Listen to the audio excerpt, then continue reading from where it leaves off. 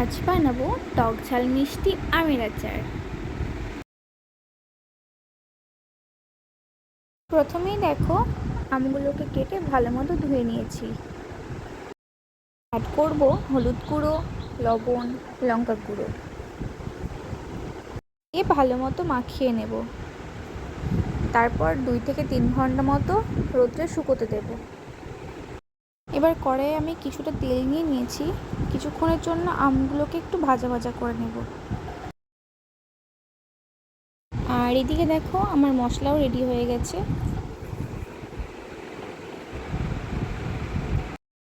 আর এখানে দেখো, আমি 1.5 কেজি মতো গুড় নিয়ে নিয়েছি। তোমরা চাইলে চিনি দিয়েও করতে পারো। দেখো, আমগুলো প্রায় ভাজা ভাজা হয়ে এসেছে, তাই চিনি দিয়ে দিলাম কিছুটা।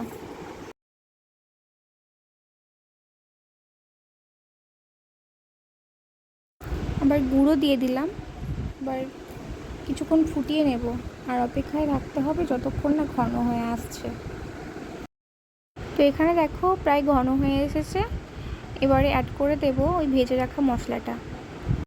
মশলায় রয়েছে জিরে গুঁড়ো, ধনে গুঁড়ো, লঙ্কা গুঁড়ো, মেথি গুঁড়ো আর মৌরি গুঁড়ো। তো দেখো, আমাদের আচার প্রায় রেডি হয়ে এসেছে। আচারটাকে 2 ঘন্টা রোদ্রে শুকিয়ে নিয়ে কাচের বয়মে রেখে দিতে পারবে। আর সেটাকে তোমরা সারা বছর খেতে পারবে। আর এটা এতটাই লোভনীয় হয়, তোমরা যে কোনো খাবারের সঙ্গে খেতে পারবে। আর ভিডিওটি ভালো লাগলে পাশে থাকবেন। ধন্যবাদ।